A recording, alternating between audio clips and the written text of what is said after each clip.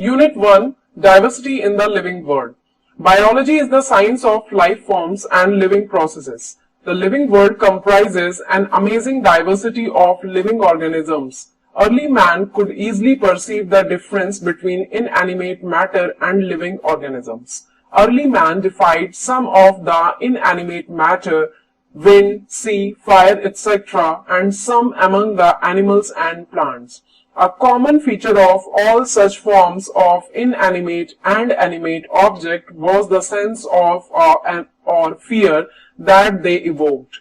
The description of living organisms, including human beings, began much later in human history. Societies which indulged in anthropocentric view of biology could register limited progress in biological knowledge. Systematic and monumental description of life forms brought in out of necessity detailed systems of identification, nomenclature, and classification.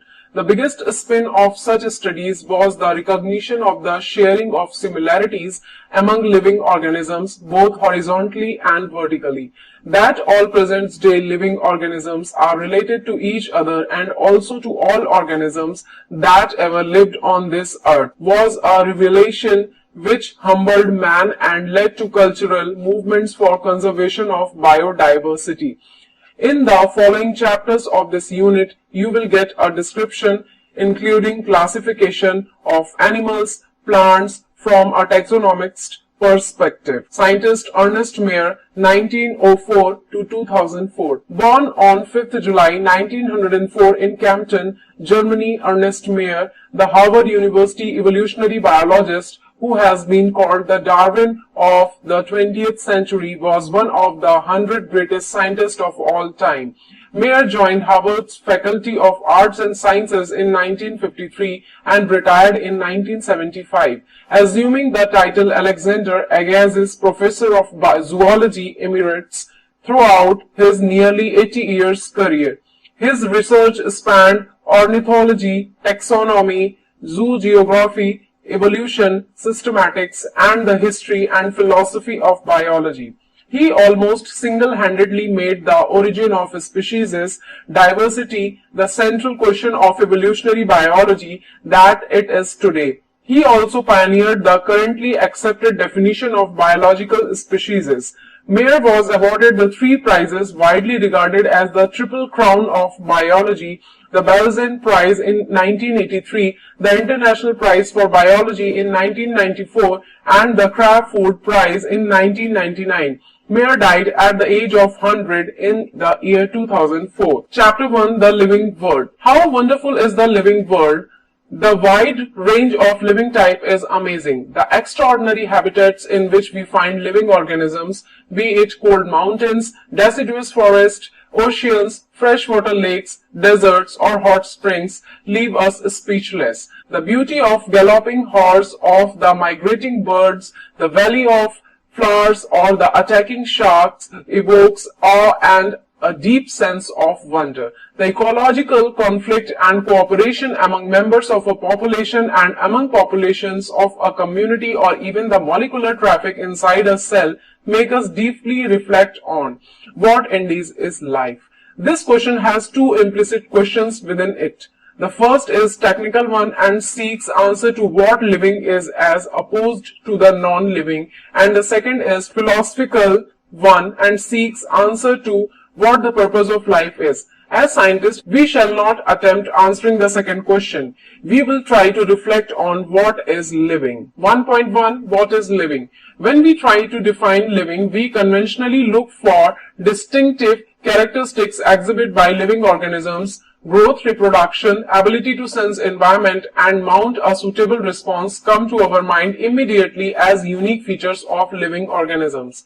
One can add a few more features like metabolism, ability to self-replicate, self-organize, interact, and emergence to this list. Let us try to understand each of these. All living organisms grow. Increase in mass and increase in number of individuals are twin characteristics of growth. A multicellular organism grows by cell division. In plants, this growth by cell division occurs continuously throughout their lifespan. In animals, this growth is seen only up to a certain age. However, cell division occurs in certain tissues to replace lost cells. Unicellular organisms grow by cell division. One can easily observe this in vitro cultures by simply counting the number of cells under the microscope.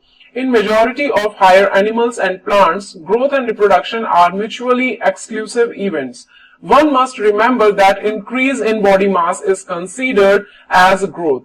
Non-living objects also grow if we take increase in body mass as a criteria for growth. Mountains, boulders and sand mounds do grow. However, this kind of growth exhibited by non-living object is accumulation of material on the surface. In living organisms, growth is from one side. Growth therefore cannot be taken as defining property of living organisms. Conditions under which it can be observed in all living organisms have to be explained, and then we understand that it is a characteristic of living system. A dead organism does not grow. Reproduction likewise is a characteristic of living organisms. In multicellular organisms, reproduction refers to the production of progeny possessing features more or less similar to those of parents. Invariably and implicitly, we refer to sexual reproduction. Organisms reproduce by asexual means also. Fungi multiply and spread easily due to the millions of asexual spores they produce. In lower organisms like yeast and hydra, we observe budding. In planaria, that is flatworms, we observe true regeneration. That is, a fragmented organism regenerates the lost part of its body and becomes a new organism. The fungi, the filamentous algae, the protonema of mosses all easily multiply by fragmentation. When it comes to unicellular organisms like bacteria, unicellular algae or amoeba, reproduction is synonymous with growth, that is, increase in number of cells. We have already defined growth as equivalent to increase in cell number or mass. Hence, we notice that in single-celled organisms, we are not very clear about the usage of these two terms, growth and reproduction. Further, there are many organisms which do not reproduce, that is, mules, sterile worker bees, infertile human couples, etc. Hence, reproduction also cannot be an all-inclusive defining characteristic of living organisms. Of course, no non-living object is capable of reproducing or replicating by itself. Another characteristic of life is metabolism. All living organisms are made of chemical. These chemicals, small and big, belonging to various classes, sizes, functions, etc., are constantly being made and changed into some other biomolecules. These conversions are chemical reactions or metabolic reactions. There are thousands of metabolic reactions occurring simultaneously inside all living organisms, be they unicellular or multicellular. All plants, animals, fungi and microbes exhibit metabolism. The sum total of all the chemical reactions occurring in our body is metabolism. No non-living object exhibits metabolism. Metabolic reactions can be demonstrated outside the body in cell-free system. An isolated metabolic reaction outside the body of an organism performed in a test tube is neither living nor non-living. Hence, while metabolism is a defining feature of all living organisms without exception, isolated metabolic reaction in vitro are not living thing but surely living reactions. Hence, cellular organization of the body is the defining feature of life forms. Perhaps the most obvious and technically complicated feature of all living organisms is this ability to sense their surroundings or environment and respond to these environmental stimuli, which could be physical, chemical, or biological. We sense our environment through our sense organs. Plants respond to external factors like light, water, temperature, other organisms, pollutants, etc. All organisms from the prokaryotes to the most complex eukaryotes can sense and respond to environmental cues. Photoperiod affects reproduction in seasonal breeders. Both plants and animals, all organisms handle chemical entering their bodies. All organisms therefore are aware of their surroundings. Human being is the only organism who is aware of himself, that is, has self-consciousness. Consciousness therefore becomes the defining property of the living organism. When it comes to human beings, it is all the more difficult to define the living state. We observe patients lying in coma in hospitals, virtually supported by machines. which replace heart and lungs. The patient is otherwise brain dead. The patient has no self-consciousness. Are you such patients who never come back to normal life, living or non-living? In higher classes, you will come to know that all living phenomena are due to underlying interactions. Properties of tissues are not present in the constituent cells but arise as a result of interactions among the constituent cells. Similarly, properties of cellular organelles are not present in the molecular constituents of the organelle but arise as a result of the interaction among the molecular components comprising the organelle. These interactions result in emergent properties at a higher level of organization. This phenomena is true in the hierarchy of organizational complexity at all levels. Therefore, we can say that living organisms are self-replicating, evolving, and self-regulating interactive systems capable of responding to external stimuli. Biology is the story of life on Earth.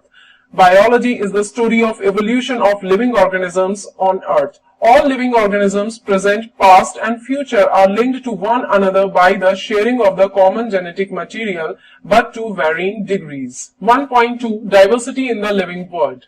If you look around, you will see a large variety of living organisms, be it potted plants, insects, birds, your pets, or other animals and plants. There are also several organisms that you cannot see with your naked eye, but they are all around you. If you were to increase the area that you make observations in, the range and variety of organisms that you see would increase.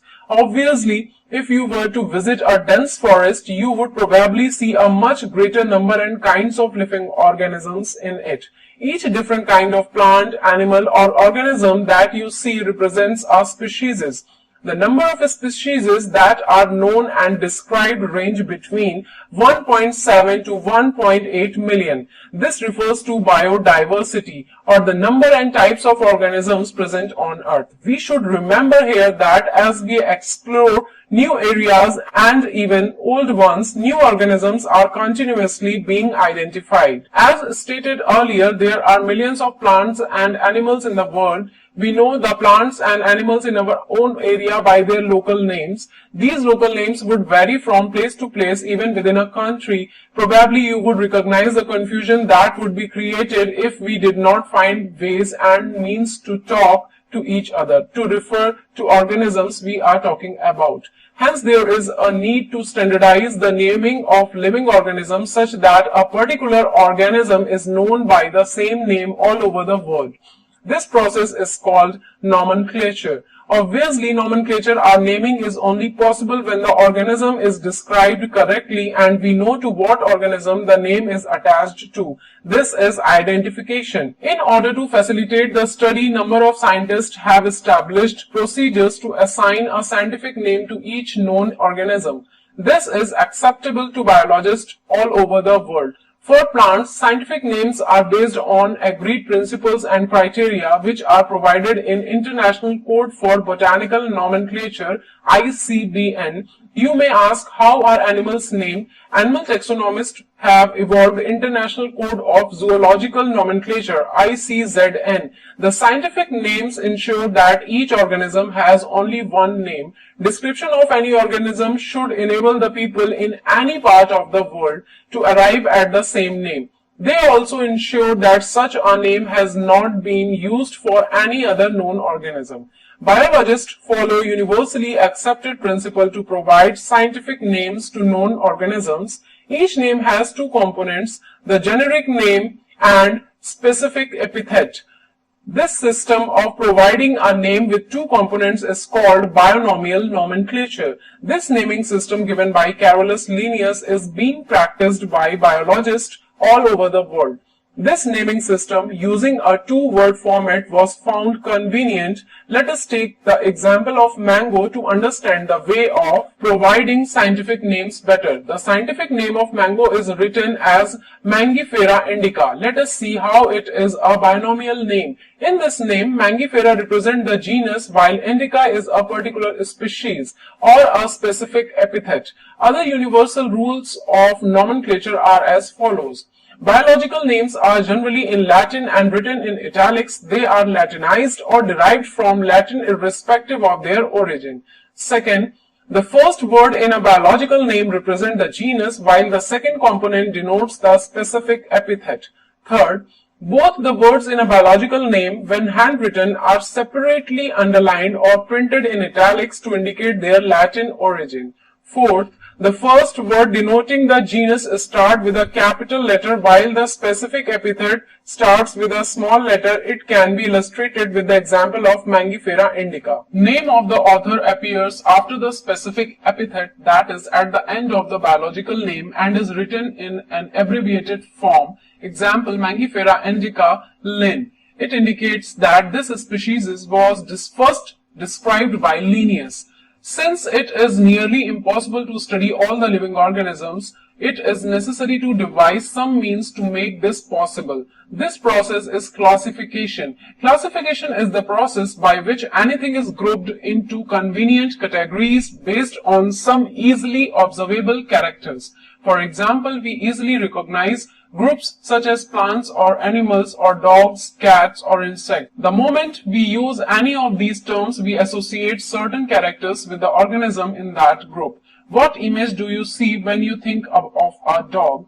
Obviously, each one of us will see dogs and not cats. Now, if we were to think of Alastians, we know what we are talking about. Similarly, suppose we were to say mammals, you would of course think of animals with external ears and body hair. Likewise, in plants, if we try to talk of wheat, the picture in each of our minds will be of wheat plants, not of rice or any other plants. Hence, all these dogs, cats, mammal, wheat, rice, plants, animals, etc. are convenient categories we use to study organisms. The scientific term for these categories is taxa. Here you must recognize that taxa can indicate categories at very different levels. Plants also form a taxa. Wheat is also a taxa. Similarly, animals, mammals, dogs are all taxa. But you know that a dog is a mammal and mammals are animals. Therefore, animals, mammals and dogs represent taxa at different levels.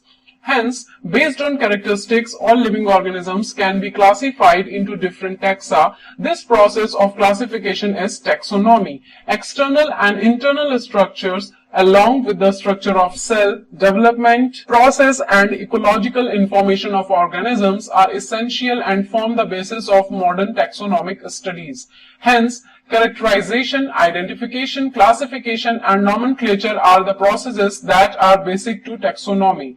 Taxonomy is not something new. Human beings have always been interested in knowing more and more about the various kinds of organisms, particularly with reference to their own use. In early days, human beings needed to find sources for their basic needs of food, clothing, and shelter. Hence, the earliest classifications were based on the uses of various organisms. Human beings were since long not only interested in knowing more about different kinds of organisms and their diversities, but also the relationships among them. This branch of study was referred to as systematics. The word systematics is derived from the Latin word systema, which means systematic arrangement of organisms. Linnaeus used Systema Naturae as the title of his publication. The scope of systematics was later enlarged to include identification, nomenclature, and classification. Systematics takes into account evolutionary relationships between organisms. 1.3 Taxonomic categories. Classification is not a single-step process but involves hierarchy of steps in which each step represents a rank or category. Since the category is a part of overall taxonomic arrangement, it is called the taxonomic category, and all categories together constitute the taxonomic hierarchy. Each category, referred to as a unit of classification, in fact represents a rank and is commonly termed as taxon. Taxonomic categories and hierarchy can be illustrated by an example. Insects represent a group of organisms sharing common features like 3 pairs of jointed legs. It means insects are recognizable concrete objects which can be classified and thus were given a rank or category. Can you name other such groups of organisms? Remember, groups represent category. Category further denotes rank. Each rank or taxon, in fact, represent a unit of classification. These taxonomic groups Categories are distinct biological entities and not merely morphological aggregates. Taxonomical studies of all known organisms have led to the development of common categories such as kingdom, phylum, or division for plants, class, order, family, genus, and species. All organisms, including those in plant and animal kingdoms, have a species as the lowest category. Now the question you may ask is how to place an organism in various category. The basic requirement is the knowledge of characters of an individual or group of organisms. This helps in identifying similarities and dissimilarities among the individuals of the same kind of organisms as well as the other kinds of organisms. 1.3.1 Species. Taxonomic studies consider a group of individuals organisms with fundamental similarities as a species. One should be able to distinguish one species from the other closely related. One should be able to distinguish one species from the other closely related species based on the distinct morphological differences. Let us consider Mangifera indica, Solanum tuberosum, that is potato, and Panthera leo, that is lion. All the three names indica, tuberosum, and leo represent the specific epithet, while the first word Mangifera, Solanum, and Panthera are genera and represents another higher level of taxon or category. Each genus may have one or more than one specific epithets representing different organisms, but having morphological similarities. For example, Panthera has another specific epithet called tigris, and Solanum includes species like nigrum and melanogena. Human beings belong to the species Sapiens, which is grouped into the genus Homo. The scientific name thus for human being is written as Homo sapiens. 1.3.2 Genus. Genus comprises a group of related species which has more characters in common in comparison to species of other genera. We can say that genera are aggregates of closely related species. For example, potato and brinjal are two different species but both belong to the genus Solanum. Lion, that is Panthera leo, leopard, that is Panthera pardus, and tiger, that is Panthera tigris, with several common features, are all species of the genus Panthera. This genus differs from another genus Felis, which includes cats. 1.3.3 Family. The next category, family, has a group of related genera with still less number of similarities as compared to genus and species. Families are characterized on the basis of both vegetative and reproductive features of plant species. Among plants, for example, the three different genera Solanum, Petunia, and Datura are placed in the family Solanaceae. Among animals, for example, genus Panthera comprising lion, tiger, leopard is put along with genus Felis, that is cats, in the family Felidae. Similarly, if you observe the features of a cat and dog, you will find some similarities and some differences as well. They are separated in two different families, Felidae and Canidae respectively. 1.3.4 Order. You have seen earlier that categories like species, genus, and families are based on a number of similar characters. Generally, order and other higher taxonomic categories are identified based on the aggregates of characters. Order, being a higher category, is the assemblage of families which exhibit a few similar characters. The similar characters are less in number as compared to different genera included in a family. Plant families like Convolvulaceae, Solanaceae are included in the order Polymoniales, mainly based on the floral characters. The animals order Carnivora includes families like Felidae and Canidae. 1.3.5 Class. This category includes related orders. For example, order Primata comprising monkey, gorilla, and gibbon is placed in class. Mammalia along with order Carnivora that includes animals like tiger, cat, and dog. Class Mammalia has other orders also. 1.3.6 Phylum. Classes comprising animals like fishes, amphibians, reptiles, birds along with mammals constitute the next higher category called phylum. All these based on the common features like presence of notochord and dorsal hollow neural system are included in phylum Chordata. In case of plants, classes with a few similar characters are assigned to a higher category called division. 1.3.7 Kingdom. All animals belonging to various phyla are assigned to the highest category called kingdom. Animalia in the classification system of animals, the kingdom Plantae, on the other hand, is distinct and comprises all plants from various divisions. Henceforth, we will refer to these two groups as animals and plant kingdoms. The taxonomic categories from species to kingdom have been shown in ascending order, starting with the species in figure. These are broad categories. However, taxonomists have also developed subcategories in this hierarchy to facilitate more sound and scientific placement of various taxa. Figure is species, then after genus, then family, then order, then class, then phylum or division, and then the topmost is kingdom. Look at the hierarchy in figure 1.1. Can you recall the basis of arrangement? Say for example, as we go higher from species to kingdom, the number of common characteristics goes on decreasing. Lower the taxa, more are the characteristics that the members within the taxon share. Higher the category, greater is the difficulty of determining the relationship to other taxa at the same level. Hence, the problem of classification becomes more complex. Table 1.1 indicates the taxonomic categories to which some common organisms like housefly, man, mango, and wheat belong. Table 1.1 organisms with their taxonomic categories. Common name man. Biological name is Homo sapiens.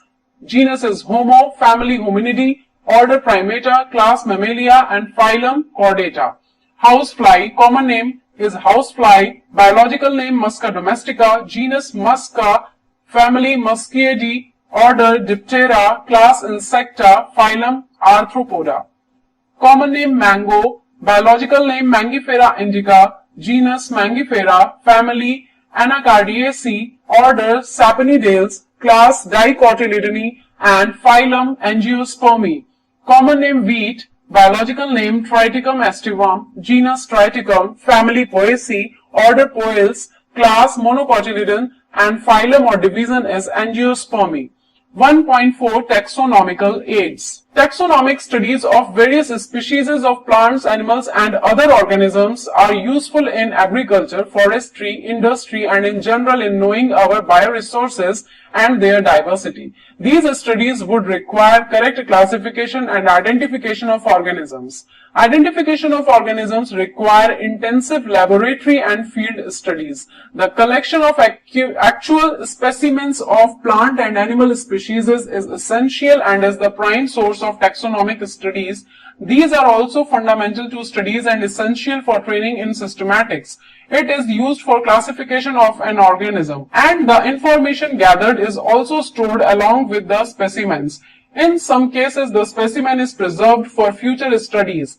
Biologists have established certain procedures and techniques to store and preserve the information as well as the specimens. Some of these are explained to help you understand the usage of these aids. 1.4.1 Herbarium. Herbarium is a storehouse of collected plant specimens that are dried, pressed, and preserved on sheets. Further, these sheets are arranged according to a universally accepted system of classification. These specimens, along with their description on herbarium sheets, become a storehouse or repository for future use. The herbarium sheets also carry a label providing information about date and place of collection, English, local and botanical names, family, collector's name, etc. Herbaria also serve as quick referral system in taxonomical studies.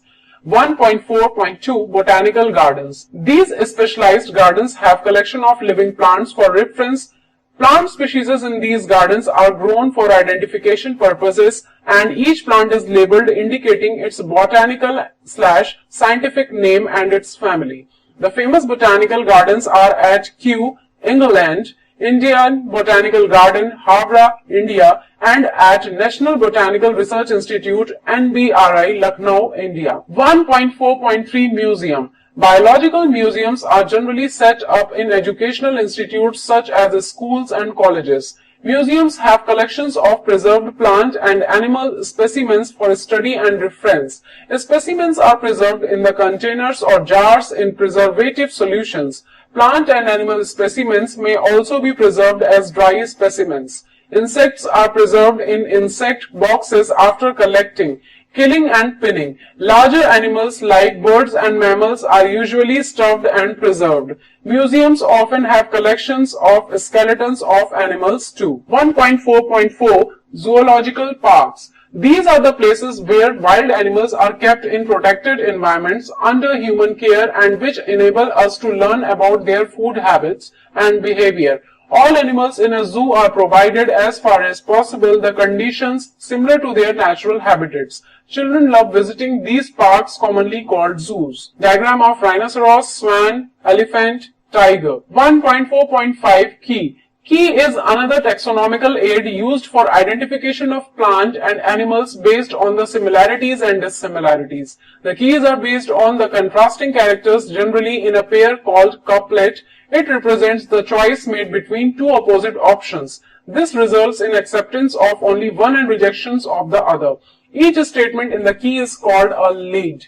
Separate taxonomic keys are required for each taxonomic category such as family, genus and species for identification purposes. Keys are generally analytical in nature. Flora manuals, monographs and catalogs are some other means of recording descriptions. They also help in correct identification. Flora contains the actual account of habitat and distribution of plants of a given area. These provide the index to the plant species found in a particular area. Manuals are useful in providing information for identification of names of species found in an area. Monographs contain information on any one taxon. Summary. The living world is rich in variety. Millions of plants and animals have been identified and described, but a large number still remains unknown.